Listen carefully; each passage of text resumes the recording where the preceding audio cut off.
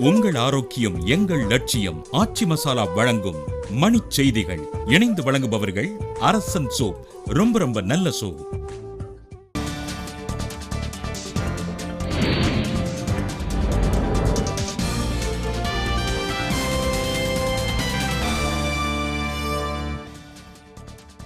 குடியரசுத் தலைவர் வேட்பாளர் தேர்வு தொடர்பாக எதிர்க்கட்சிகள் சார்பில் 10 பேர் கொண்ட குழு அமைப்பு.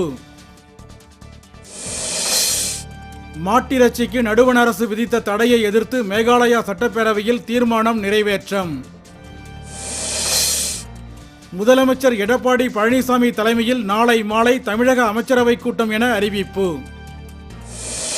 தமிழக அரசு பயிர் பாதுகாப்பு திட்டத்தில் விவசாயிகளை சேர்க்காததால் 40,000 கோடி ரூபாய் இழப்பு என பொன் ராதாகிருஷ்ணன் தகவல்.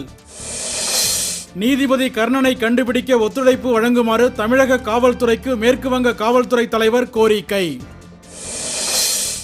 மத நல்லிணக்கத்தை கெடுக்கும் வகையில் பாஜக செயல்படுவதாக கேரள எதிர்க்கட்சித் தலைவர் ரமேஷ் குற்றச்சாட்டு.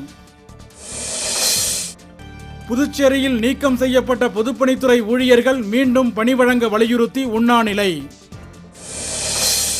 காட்டுமன்னார்கோவில் பகுதியில் செயல்படும் மணல் குவாரியை மூடக்கோரி மாவட்ட ஆட்சியரிடம் பாமகவினர் மனு. வேலூர் மாவட்டம் கேவி குப்பத்தில் புதிதாக மதுக்கடை திறக்க எதிர்ப்பு தெரிவித்து பொதுமக்கள் சாலை மறியல். திருப்பூரில் சட்டவிரோதமாக தங்கியுள்ள வெளிநாட்டினர் மீது நடவடிக்கை கோரி இந்து முன்னணியினர் ஆர்ப்பாட்டம். உங்கள் ஆரோக்கியம் எங்கள் லட்சியம். ஆச்சி மசாலா வழங்கிய மணிச் செய்திகள். இணைந்து வழங்கியவர்கள் அரசன் சோப். ரொம்ப ரொம்ப நல்ல சோப்.